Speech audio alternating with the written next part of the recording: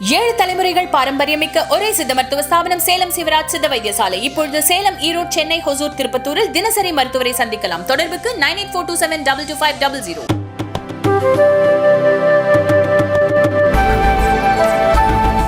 சத்தீஸ்கர் மாநிலத்தில் பாதுகாப்பு படையினருடன் நடந்த மோதலில் 3 நக்சல்கள் கொல்லப்பட்டனர்.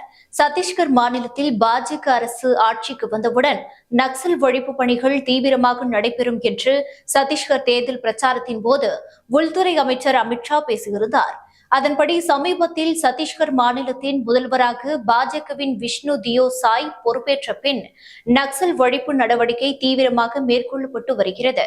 அந்த வகையில் சத்தீஸ்கர் மாநிலம் கான்கீர் மாவட்டத்தில் உள்ள போம்ரா, ஹர்தராய் மற்றும் மிக்சேபேடா உள்ளிட்ட கிராமங்களில் நக்சல்கள் பதுங்கி இருப்பதாக பாதுகாப்பு படையினருக்கு தகவல் கிடைத்தது. இதையடுத்து கான்கீர் மாவட்ட எஸ்பி தலைமையில் மாவட்ட ரிசர்வ் காவல்படை மற்றும் எல்லை பாதுகாப்பு படையினர் இணைந்து தேடுதல் வேட்டை நடத்தினர்.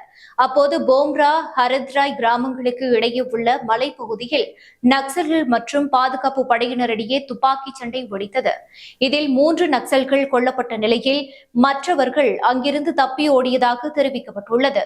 மேலும் உயிரிழந்த நக்சல்களின் உடல்கள் மற்றும் ஆயுதங்கள் கைப்பற்றப்பட்டுள்ளதாகவும் அவர்களை அடையாளம் காணும் பணி நடந்து வருவதாகவும் சத்தீஸ்கர் போலீசார் தெரிவித்துள்ளனர். சத்தீஸ்கர் அரசின் இந்த அதிரடி வேட்டை நக்சல்களை அதிர்ச்சியில் ஆழ்த்தியுள்ளது.